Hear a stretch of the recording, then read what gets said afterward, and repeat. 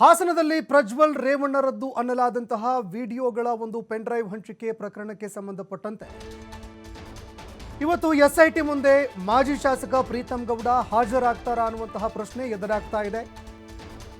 ಯಾಕಂದ್ರೆ ಈ ಪ್ರಕರಣಕ್ಕೆ ಸಂಬಂಧಪಟ್ಟಂತೆ ಪ್ರೀತಮ್ ಗೌಡಗೆ ಬಂಧನ ಮಾಡಬಾರದು ಅಂತ ಹೈಕೋರ್ಟ್ ಆದೇಶ ಕೂಡ ಕೊಟ್ಟಿದೆ.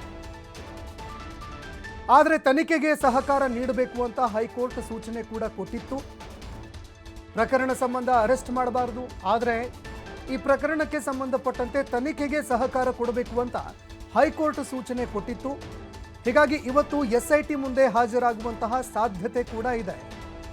ಇನ್ನು ಈ ಪ್ರಕರಣಕ್ಕೆ ಸಂಬಂಧಪಟ್ಟಂತೆ ಎಸ್ಐಟಿ ತನಿಖೆಗೆ ಹಾಜರಾಗಬೇಕು ಅಂತ ಎಸ್ಐಟಿ ಅಧಿಕಾರಿಗಳು ನೋಟಿಸ್ ಕೂಡ ಕೊಟ್ಟಿದ್ರು. ಇನ್ನು ಪ್ರೀತಮ್ ಗೌಡ ಈ ಒಂದು ಪ್ರಕರಣದಲ್ಲಿ 4ನೇ ಆರೋಪಿಯಾಗಿದ್ದಾರೆ, A4 ಆರೋಪಿಯಾಗಿದ್ದಾರೆ.